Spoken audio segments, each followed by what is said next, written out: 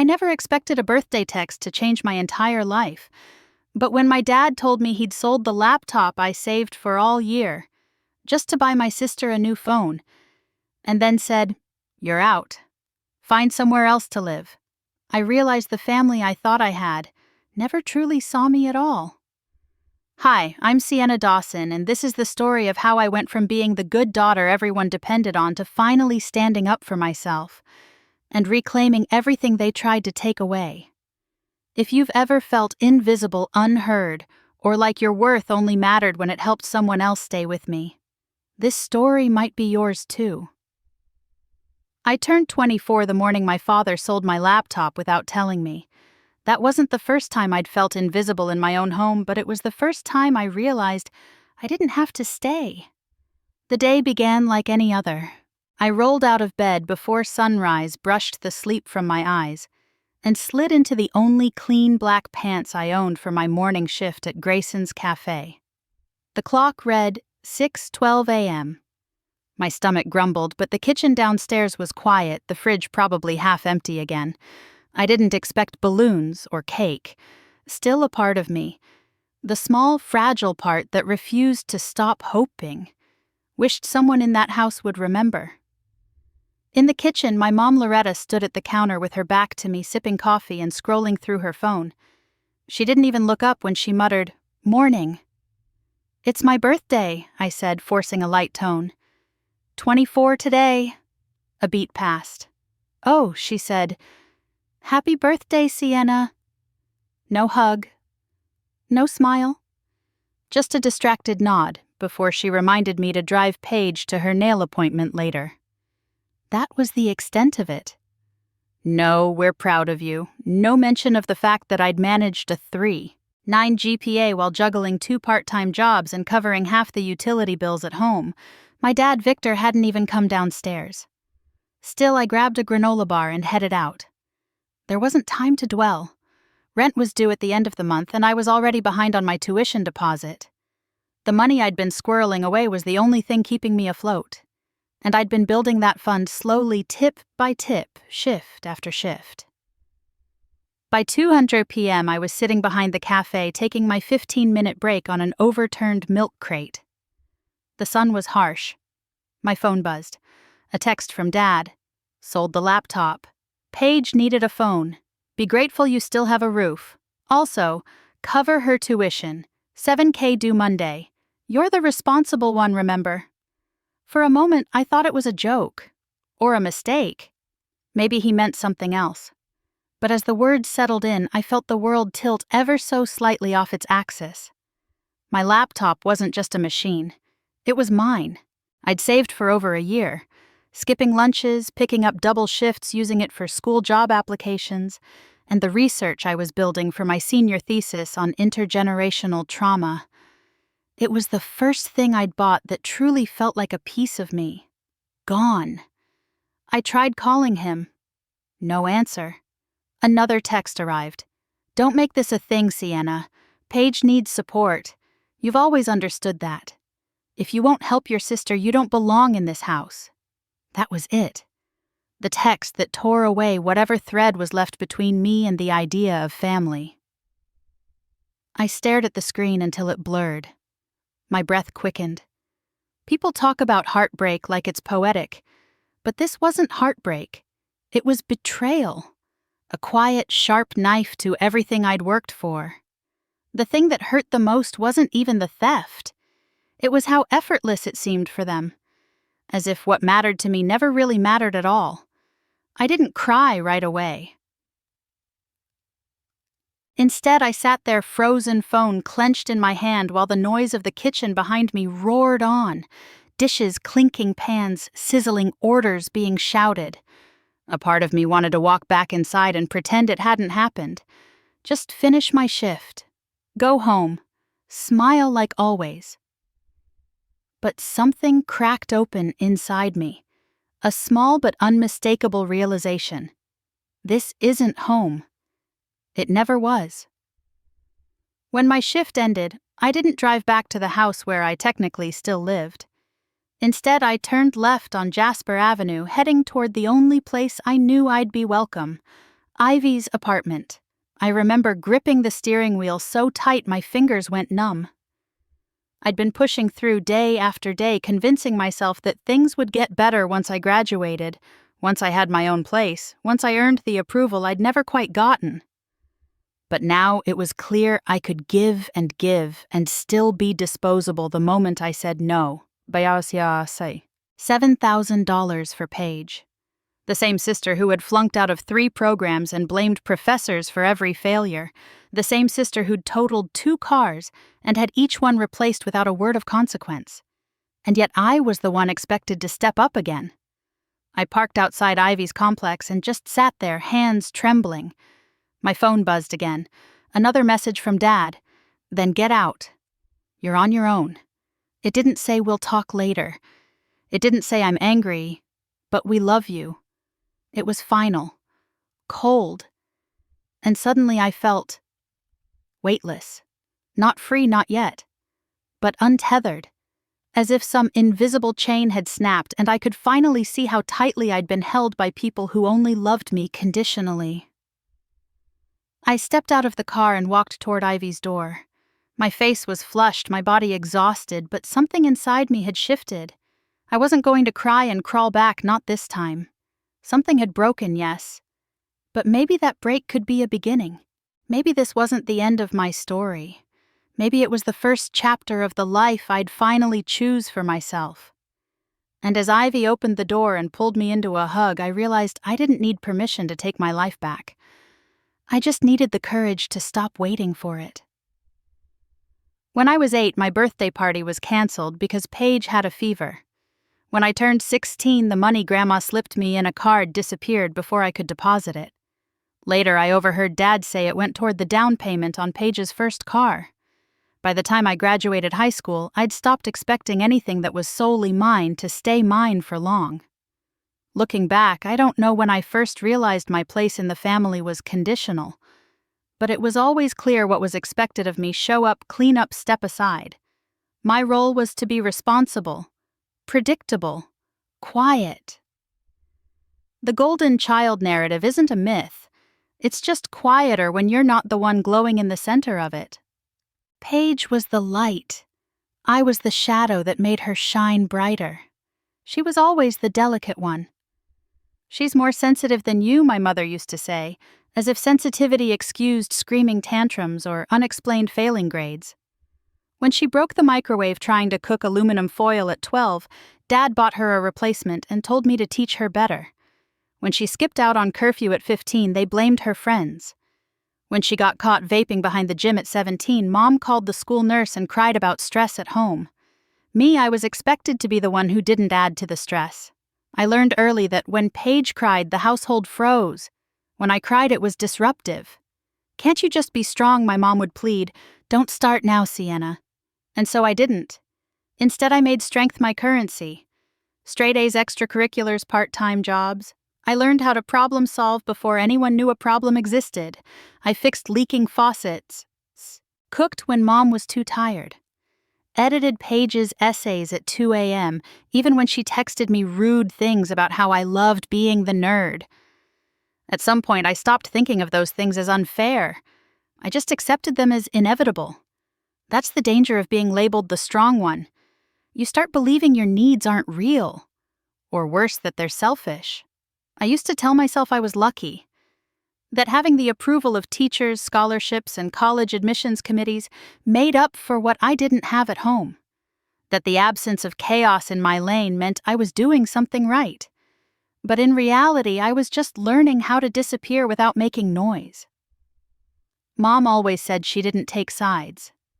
"I just want peace," she'd murmur, sipping her coffee as if neutrality made her innocent. But I know now that silence is a decision too, one that protects the aggressor, not the harmed. It's strange how the brain stores pain, not just the big events, but the little humiliations.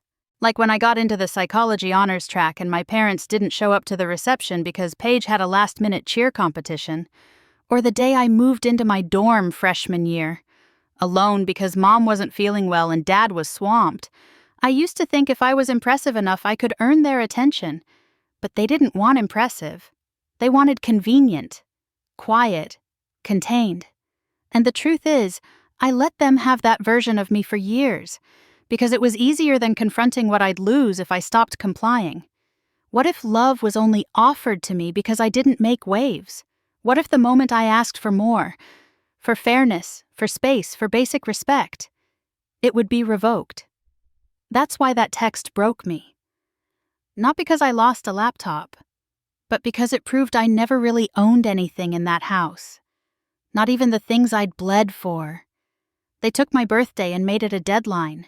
They took my savings and made them someone else's reward. They took my silence and mistook it for agreement. But not this time. This time something cracked. And instead of patching it up with forced forgiveness or passive smiles, I decided to let it stay broken. Maybe even break more, if that's what it took to stop the cycle. I used to think that walking away meant losing my family, but the truth is I've been walking alone in that house for years. What I'm doing now, this is me choosing to walk somewhere else, somewhere honest, somewhere I can finally be whole. That realization didn't make the grief go away, but it gave it shape. It made it something I could hold, examine, and eventually set down. I'm not just mourning the family I had, I'm mourning the one I kept hoping would show up if I kept proving myself worthy enough. It's hard to unlearn the belief that endurance equals love. That if I just stay good, stay useful, stay silent, I'll finally be seen. But that belief never served me. It only served them. And I'm done being of service to people who mistake my heart for a resource.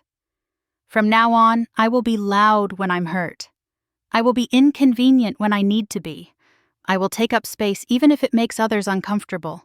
Because I am not a background character in Paige's story. I am Sienna Dawson. And I am rewriting the role I was assigned, starting with the truth. By the time Ivy opened her apartment door, I was already crying.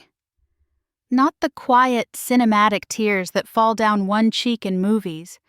These were the kind that come from somewhere deeper, guttural, shuddering sobs that made it hard to speak. I barely made it inside before collapsing onto her thrifted gray couch, the one I'd helped her move in during our sophomore year. She didn't ask questions, just brought tissues and a blanket, then sat beside me with her hand on my back until the worst of it passed. "Okay," she said gently, once I could breathe again. "Start from the top." I told her everything. The cold birthday morning, the text, the laptop, the demand for $7,000 for Paige's tuition, the final blow, being kicked out of my own home for saying no, her mouth twisted somewhere between rage and disbelief. "I'm sorry," I whispered, wiping my face. "I know this is a lot. Sienna," she said, voice low and steady. "I'd carry twice this, if it meant you didn't have to do it alone." That sentence undid me all over again, not because it was dramatic, but because it was sincere. Because it had been so long since someone saw me not as a function or a role, but as a person worthy of compassion. After the tears dried and she forced me to eat something, we sat at her small kitchen table while I stared at my phone. "There's one person I need to call," I said. "She's the only adult in my family who ever had my back." I pressed the contact and waited. Sienna came the warm, gravel-edged voice of my Aunt Angela. "Happy birthday, sweetheart. I've been thinking about you all day." I broke again, this time quieter, as I told her what had happened. She didn't gasp, didn't say she was shocked. Instead, she let out a long sigh, the kind that carries years of stored frustration. "I was afraid something like this might happen," she said. "There's something you need to know, honey." I listened in stunned silence as she explained how years ago my grandparents had set up 2 equal education funds, one for me and one for Paige. I was supposed to gain access to mine when I turned 18, but my father had told the trustees I wasn't ready. He'd used it, without my knowledge, without my consent, to cover family expenses, and more recently Paige's tuition attempts. It's not legal, Aunt Angela said quietly. I warned your parents before. They insisted they'd replace the money. I knew they wouldn't. My mouth was dry. For years I'd worked multiple jobs to avoid debt, sacrificed nights and weekends. All while my father secretly drained what had been meant for me. That's when something inside me shifted, from grief to fury. Not the kind of rage that consumes, the kind that clarifies. I'm done, I said, voice steady. I'm not playing their game anymore. Angela didn't hesitate. Good. Whatever you need, I'm here. We hung up and I sat back, hands trembling again, but this time with purpose. Ivy, I said I need a notepad.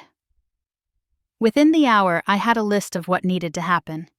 First, I filed a police report online for theft of personal property. I included the laptop's serial number, the receipt in my name, and the name of the neighbor who allegedly purchased it.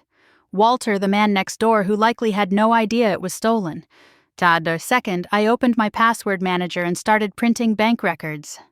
Every unauthorized transfer my parents had made. Every time I paid for the electric bill just this once and never got reimbursed. Every expense I covered when someone couldn't make rent. I found old Venmo screenshots where Paige requested money and claimed Dad says it's fine. Then came the receipts, grocery bills in my name. Home repairs I paid for when the ceiling leaked. Textbooks for Paige I ordered with my debit card and never saw again. The laptop warranty purchase confirmation and even my cloud backup receipts. I printed everything and organized it into folders. Each category labeled withdrawals, unpaid debts, household coverage, laptop documentation, education fund notes. At some point, Ivy brought me tea. You've got this look, she said softly, like you're building something big. I said, I'm building my voice. The next morning, I called Tyler Reynolds, a second-year law student I knew from undergrad. He'd always been sharp and just the right amount of cynical. Perfect for what I needed. Tyler, I said, how do you write a legal warning that makes someone sit up straight without using a single curse word? He laughed. Tell me everything. After I explained, he agreed to help draft a letter. It would outline the legal implications of theft, financial exploitation, and misuse of educational funds. The tone wouldn't be hostile, just factual, calm, cold, professional. If they ignore it, he said, you've got enough here to push for restitution in civil court. That night, as Ivy slept and the apartment was silent, I sat alone in her living room, folders spread across the floor like puzzle pieces of a life I'd been forced to manage too soon. This time, though, I wasn't managing for them. I was preparing for me. For the first time, I wasn't trying to be the daughter who kept peace. I wasn't cushioning their bad choices. I wasn't shielding them from consequences. I was speaking in paper, in police reports, in legal phrasing, in ink and timestamps and documented truth, and I wasn't going to apologize for it. It was just after midnight when I turned into the driveway for the last time. The street was quiet and the house looked the same as it always did, dark, still unremarkable. A 2-story shell that had once been home but now felt more like a crime scene of the emotional kind. My hands gripped the steering wheel for a moment longer before I finally exhaled and stepped out into the chill of early spring. I had one goal: collect what was mine and leave what needed to be said. As I approached the front door, I noticed the light was still on in Paige's room. Second floor, right side. The flicker of movement behind her curtains told me she was still awake. I had hoped to avoid a run-in, but luck, it seemed, had a different idea. The key still worked. The lock clicked in quiet protest as I turned it. The house creaked under my feet like it recognized me but wasn't sure if I belonged anymore. I climbed the stairs slowly, memories trailing behind me like echoes. Late-night study sessions, whispered phone calls with Ivy, the sharp pangs of solitude. When I reached my room, the door was slightly ajar. Inside stood Paige, in front of my mirror, wearing my black cocktail dress, the one I'd bought after saving up for job interviews. Her reflection stared at mine through the glass, startled for a second, then unimpressed. "Oh," she said, twirling a little. Didn't think you'd come back tonight." I stood in the doorway, too tired to argue. "What are you doing in my room?" I asked, keeping my voice level. She shrugged like it was the most natural thing in the world. "Trying on a few things." "Mom said I could take what I wanted, since you're leaving anyway." She turned to admire the dress from another angle, then added, "Besides, you don't really need stuff like this anymore. Waitressing isn't exactly a dress-up kind of job." I said nothing, because there was nothing left to say. I crossed the room and pulled out my suitcase from under the bed. Slowly, methodically, I began folding the essentials. Clothes, personal documents, the few small keepsakes that had managed to stay mine all these years. I moved with purpose, careful not to let my hands shake. From the corner of my eye, I watched Paige rummage through my jewelry box. "Where's my laptop?" I asked quietly. "Dad sold it to Mr. Callahan next door," she said without a trace of guilt. "His daughter's going off to college. He said it's in perfect shape." I nodded, biting back the heat in my chest. "How much did he sell it for?" She turned, grinning. $1,200. My new phone was only $8, so I got to keep the rest. Pretty fair, right? It wasn't a question. It was a declaration of ownership, of entitlement. She was standing in my room in my dress, bragging about spending the remainder of money made from selling my laptop, and it didn't even seem to register that anything about this was wrong. "Did it ever occur to you?" I said slowly, "that it wasn't his to sell?" Paige rolled her eyes and waved a hand. "Oh my God, don't be dramatic. It's a laptop. You lived here rent-free, so maybe think of it as contributing."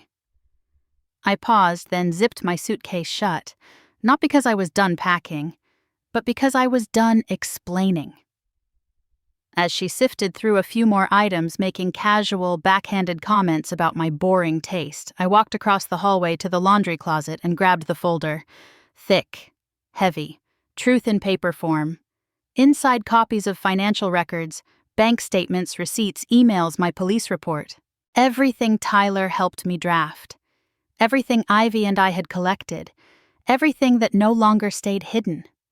On top of the folder, I placed the letter Tyler had written on my behalf, a formal legal notice outlining every offense and violation.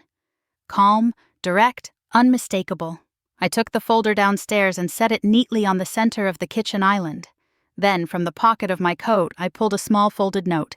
My final statement. My voice concise and unshakable. I won't speak again until the damage is acknowledged and repaired. I set it atop the folder, weighted it down with a salt shaker so it wouldn't drift. Then I took one last look around the kitchen. The smell of stale coffee, the fridge humming low, the calendar still stuck on the month before. Paige remained upstairs, probably scrolling through my social media on my own phone charger. Good. This wasn't a scene for confrontation. It wasn't even a goodbye. It was a declaration of independence.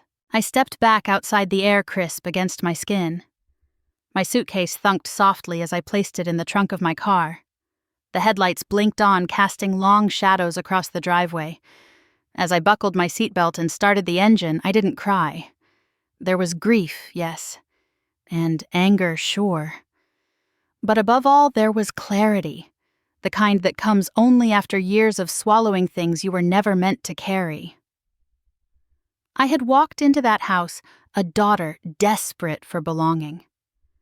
I was leaving it a woman who finally understood she didn't need their permission to belong to herself. And whatever waited for me next, it would be on my terms. By 7:00 a.m., my phone was already buzzing on the nightstand. By 7:15, it had lit up 46 times. Missed calls, voicemails, text messages that came in waves. Rage, disbelief, denial, bargaining. My father led the charge. "You ungrateful girl, after everything we've done for you. This is slander. You think you're better than us now? Call home. Now." Then came my mother, flipping tone mid-thread. "Sienna, this isn't like you. We're family. Your father is very upset. He's not sleeping. Please don't destroy us over misunderstandings." and Paige trailing behind with confusion and emojis as if the gravity of the situation hadn't yet dawned on her. "What did you do? Mom and Dad are freaking out. They said you're suing us. Can we just talk, please?" I sat at Ivy's kitchen table, a lukewarm mug of tea untouched in front of me, the notifications stacking like sediment. Ivy glanced at the screen, and then at me. Going to answer any of that, I shook my head. Not yet. The truth was, I didn't trust myself to speak without folding. Years of conditioning don't unravel overnight. The urge to appease, to smooth things over, still stirred beneath my skin, but I knew silence was the only boundary they couldn't spin. Then the phone rang again. But this time it wasn't my parents. It was my grandmother. Geraldine Dawson, a woman known for her grace, her meticulous silver bun, and her lifelong refusal to take sides in family disputes. In our family, she was the diplomat, never confrontational, always composed. "Grandma," I answered, already bracing, but what came through the line wasn't softness. It was steel. "Sienna," she said, her voice firm. "I just spoke to your father. He was ranting. I told him to stop and listen. For once," I blinked. You did. "He told me about your folder," she continued. "Didn't give details, but enough. I've had suspicions for years. I want to hear it from you, all of it." So I told her. Not the whole story, not yet, but enough for her to understand the framework, the theft, the erasure, the silence I'd been forced to swallow. She didn't interrupt.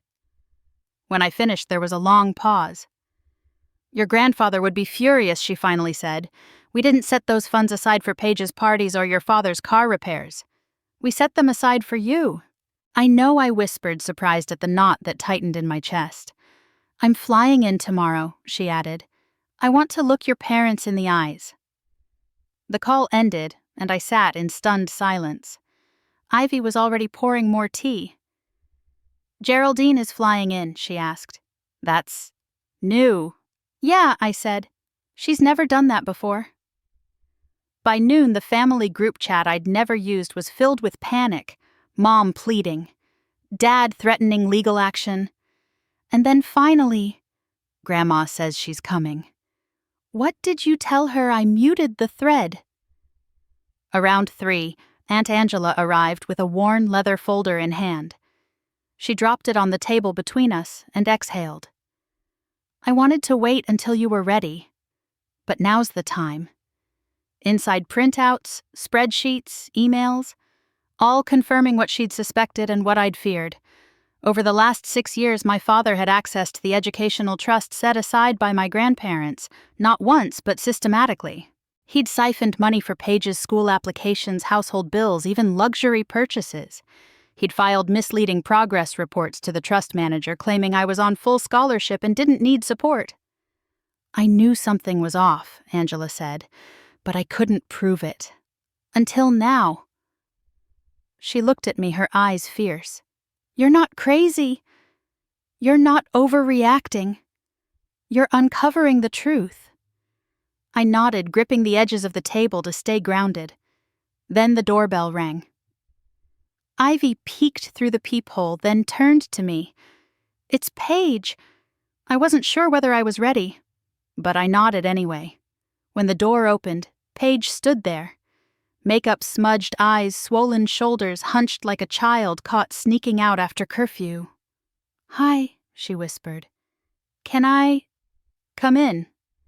Ivy hesitated. I nodded again. She stepped aside. We sat opposite each other at the kitchen table. Paige looked around the apartment like it was a foreign country. In a way, it was. This was a space built on boundaries, not blurred lines. Something she'd never been forced to understand. Until now, I didn't know, she said quietly. "I swear, Sienna, about the money, about the trust, about the laptop. I said nothing, just watched. They always told me you were just, good at adulting, that you liked working, that you didn't want help." I laughed bitterly. "You believed that I didn't question it," she admitted. "I guess I never wanted to." She looked at me then. Really looked at me. And for the first time, I saw the tears weren't performative. They were confused, ashamed. They told me the phone was a gift, she added. For getting a B average. I didn't know they sold your laptop. I thought, she trailed off. You thought they were proud of you, I said. She nodded. I wanted to believe her. Part of me did, but another part remembered years of being the afterthought. The scapegoat. The invisible backbone of a family that only noticed when I said no. I'm sorry, Paige whispered. For everything. I didn't see it before. I believed the tears, but I didn't know if I could believe the change. Not yet. You're going to have to do more than say sorry, I said calmly. You're going to have to learn how to see. Paige nodded, lips trembling. I want to try, she said, and maybe, just maybe that was a start. It's strange how quietly life starts again. There wasn't a grand ceremony, no confetti in the air, just small decisions that carried a new kind of weight, like walking into a bank on my own and asking to open a new account. The manager, a kind woman named Joy, didn't know the backstory. She didn't see the emotional knots tied into my signature. But as I signed the forms, I felt something unravel. This was mine. No one else's name on the documents. No shared passwords. No backdoor access for emergency borrowing. A clean ledger for the first time in years.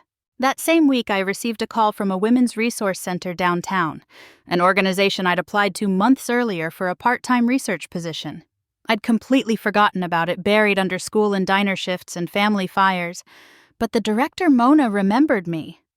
We were impressed by your essay, she said. Your perspective on emotional labor was powerful. I almost laughed at the irony. They invited me in for an interview, and for once I had more than just words. I had lived experience. Real, raw, painfully hard-earned. I spoke about family roles, invisible burdens, and the psychology of survival. Mona listened closely, then offered me the position. Just like that, I became part of something bigger than myself. A team dedicated to helping women reclaim their voices. It felt fitting. Poetic, almost. I was helping others while still learning how to help myself. As the dust settled, my grandmother Geraldine called again. There's a vacancy in one of the apartments I own, she said. It's small, but it's clean, quiet, and close to campus. She paused as if unsure how to frame what she was about to say. I'd like you to have it. You'll pay rent. A modest one, but it's yours. No strings. Consider it a proper foundation. I didn't cry on the call.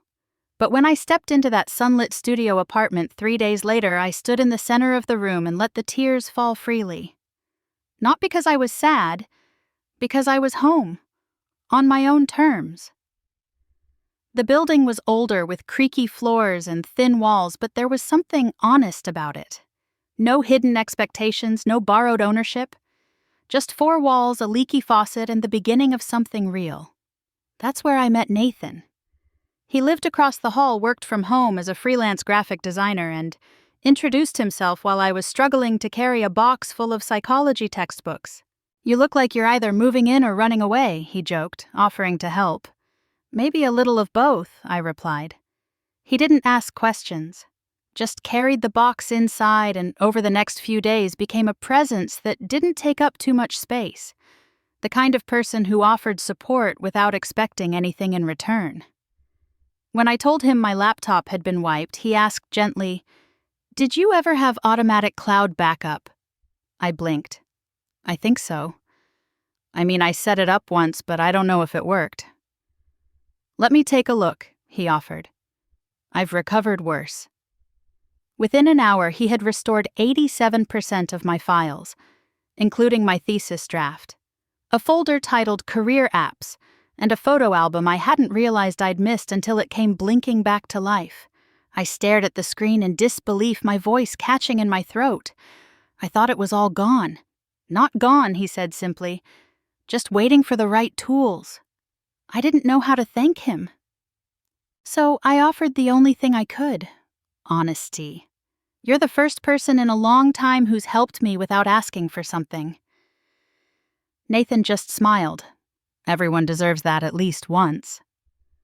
With my files recovered and my schedule stabilized, I threw myself back into school. My thesis advisor, Dr. Valencia, had granted me an extension once she learned the surface-level story of my family fallout. "You've demonstrated more emotional intelligence in one semester than some faculty do in 10 years, she told me. "Take the time you need, but don't give up." I didn't.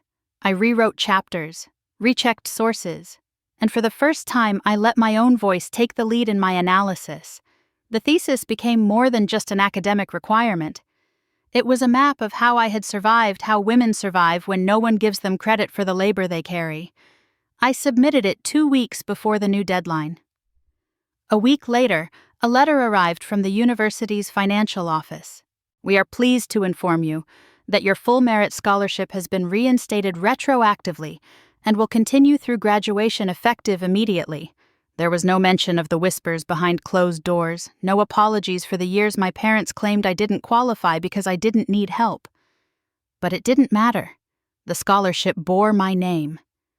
And for the first time, that name felt like enough. The envelope came in the mail one quiet Friday morning. No note, no dramatic flourish, just a cashier's check, crisp and official, tucked into a simple white card that read, "This isn't everything, but it's a start." Page. The amount, $7,000. Exactly the sum my father had demanded I pay for her tuition. I sat on the edge of my bed, the check trembling between my fingers. My first instinct was disbelief, not because of the money, but because it came from her. It had been weeks since our last conversation, when she'd cried in Ivy's kitchen and said she hadn't known. I hadn't expected a follow-up. Not really. We came from a house of empty apologies and promises that evaporated with morning light. But this was different. Later that day she called. "Did you get it?" she asked quietly. "I did. I've been saving every paycheck since I started working part-time at the daycare on campus," she continued. "Took some extra shifts, skipped spring break. Grandma helped me figure out the rest." There was a pause. Then she added, "I didn't want you to carry what he did. Not anymore." Her voice cracked a little on that last part. "I'm not asking to be absolved," she said. "I just want to be better." We agreed to meet the following weekend. Neutral ground. A little cafe near campus where no one knew our last name or history. When she walked in, I barely recognized her. She wore no makeup. Her hair was pulled back into a simple ponytail, and she carried a worn canvas tote bag bursting with textbooks. She looked like any other 20-year-old trying to make her life make sense. But the biggest change wasn't her appearance. It was her posture. Gone was the practiced ease, the unbothered slouch of someone who never had to answer for anything. In its place was something closer to awareness. She looked me in the eye and sat down without reaching for her phone. "I changed my major," she said once the coffee arrived. "Elementary education. I declared it last week." I blinked, surprised. Not just by the decision, but by the certainty in her voice. "Remember when I was 6 and used to line up stuffed animals and teach them how to spell?" she asked, half smiling. "I guess I knew even back then." I nodded slowly. "And Dad told you it wasn't worth the money." "He said teaching was for people who gave up on bigger dreams," she replied. "So I kept picking programs I didn't care about, just to get his approval." We sat in silence for a moment, sipping coffee that had gone lukewarm. "I didn't know what it meant to be manipulated until this year," she said finally. "I thought I was just loved more. That landed hard." She took a breath. "They fed me this story. That you were cold, that you wanted to do everything on your own, that I needed more support because I wasn't as strong. I believed the opposite," I said. "That I was only valuable if I could carry everything. That if I didn't, no one would." We looked at each other. Two women raised under the same roof but taught to live completely different lives. The contrast wasn't accidental. It had been crafted. "They played us," Paige said. "Against each other." "They played us both," I corrected gently. There was another pause, one filled with a kind of grief I hadn't yet named. The grief of knowing your family never really knew you. Only the version of you they needed you to be. I want to fix things, Paige said. Not just between us, but with myself. I believed her. But belief didn't mean I was ready to rewind. I appreciate that I said, but we're not rebuilding what we had. She flinched slightly, and I softened my tone. We're starting over, I clarified. From now. Not from back then. She nodded slowly. I get it. The past, it's not something we can just paint over. No, I agreed, but we can stop letting it be the blueprint. There was a long breath between us, then something shifted. She reached across the table not to hold my hand, but just to close the distance slightly, a quiet acknowledgement that she knew how far she'd been and how much further she had to go. Before we left, she asked if we could meet again sometime. I said yes, but I also said only if it feels healthy. For both of us. She smiled. Small, a little sad, but genuine. I'd like that, she said. As we parted outside the cafe, I watched her walk toward the bus stop. A girl carrying her own weight for the first time, her steps unsure but hers. And as I turned in the other direction toward the little apartment I now called home, I felt something settle in me. Not closure, but clarity. We were no longer two roles in a family script. We were two women finally writing our own. And while I didn't know what the next chapter would hold for Paige, I knew what I needed from mine. Truth, boundaries, and relationships built from the ground up. We can rebuild, I'd told her. But from here, not from what they built.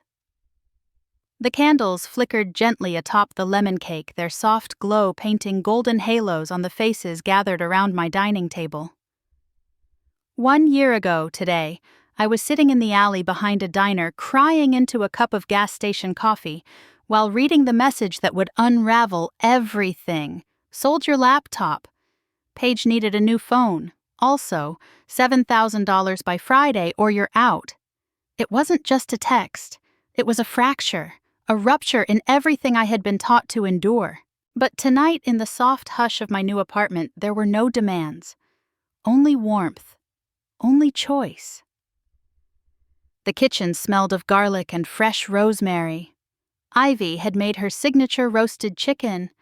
Aunt Angela brought a tart with a flaky, buttery crust. Grandmother Geraldine insisted on real silverware and cloth napkins because if we're celebrating your rebirth, it should have some dignity. Sus. Paige arrived early with homemade mac and cheese. The real kind, not the box, she declared. And Nathan was the last to walk in holding a bottle of chilled sparkling cider and a bouquet of sunflowers that barely fit through the door. I figured everyone brings wine, he said, shrugging. But you deserve brightness. We gathered around my small round table. 5 chairs, a mix of thrifted wood and metal ones that never quite matched. It didn't matter. There was laughter, clinking glasses. Someone spilled sauce on the tablecloth and no one panicked. It wasn't perfect, it was honest. It was enough. After dinner, we transitioned to the living room where the couch had exactly 2 springs that creaked, and a record player softly spun classic jazz. Geraldine, who had insisted on dressing in a cream pantsuit like it was the Oscars, called for attention. I have something, she said, adjusting her glasses and reaching into her oversized tote. The room quieted. Ivy paused mid-bite of cake. Paige sat up straighter. Even Nathan stopped fiddling with the coaster he'd been turning between his fingers. Geraldine handed me an envelope, crisp and cream-colored with embossed lettering. I opened it slowly, fingers slightly trembling, and pulled out a folded document. It was a deed. I've had it since before you were born, she said gently. A small plot in the foothills about 2 hours from here. It has a rundown cabin and a view that will take your breath away. Your grandfather always said land is the one thing that grounds you. I blinked at the paper, then at her. Gane. I don't know what to say. You don't have to say anything, she replied. I just wanted you to have a place that belongs entirely to you. No signatures but yours. No expectations. The room blurred a little. I wiped the corner of my eye with a napkin and nodded. Thank you. Nathan leaned over, whispering just loud enough for me to hear. Guess I know where we're going for our first weekend escape. I laughed, the kind of laugh that sits in the chest like a hug. Later that night, after everyone had left and the dishes were stacked high in the sink, I stepped out onto the balcony. The city hummed beneath me. Car horns in the distance, someone's music playing 2 buildings over, a dog barking in rhythmic intervals like a lazy metronome. I wrapped a blanket around my shoulders and held my tea close. Last year I blew out candles with no one around. I'd packed my life into a suitcase and walked away from a house that never truly felt like home. I thought I was losing everything. I didn't know I was clearing space. I didn't know that grief would become a doorway. It hadn't been easy. Rebuilding never is. I'd learned to say no, to accept help without apology, to set boundaries that protected me even when others called them selfish. I'd learned that healing is not linear, that there are days it looks like laughter and progress, and others when it's just surviving. But I'd also learned something else, something deeper. That family isn't who shares your name. It's who shows up, who hears you, who holds your history and doesn't weaponize it. Inside my phone buzzed. A message from Paige. "Thank you for letting me come tonight. I know I've got more to make up for, but I'm here. If you'll have me." I typed back, "We start from here, not from back then. But yes, I'm glad you came." She replied with a heart emoji and a picture of her dish in Tupperware. "Told you it wouldn't suck. Left some in your fridge." I smiled. Then came a second message, from Nathan. A photo of the deed on my counter. "Bet the view's amazing. Think the cabin has enough room for a bookshelf and a typewriter." "Only if you carry both," I texted back. "Deal." I stayed on the balcony a while longer, letting the night settle over my skin like a lullaby. Some might say I'm alone, that I walked away from the people who raised me. But I don't feel alone. I feel free. I feel whole. And more than anything, I feel chosen, not by others, but by myself. Because I stopped waiting to be picked. I stopped asking to be enough. I built a table. I invited those who truly saw me. And I sat down as someone no longer starving for approval. As I turned to go inside, I whispered a thought out loud. A sentence I'd been carrying for months, waiting for the right moment to say. Some families are born, others are chosen. I chose mine, and in doing so I chose myself. And that, I think, is the real gift of growing up. Not just surviving the past, but becoming someone who gets to choose what comes next. If you've ever felt like the backbone of a family that never thanked you, if you've ever been told to be strong while your silence was mistaken for agreement, or if you've ever had to walk away, not because you stopped loving them, but because you finally started loving yourself, then maybe like me you understand what it means to build a new kind of home. Have you ever had to choose your own peace over keeping the peace? I'd love to hear your story in the comments. If this one resonated with you, please give it a like. It helps more people find stories that make them feel seen. And don't forget to subscribe and turn on the notification bell so you won't miss the next story about healing boundaries and rebuilding your life on your own terms. You are not alone. Thank you for listening.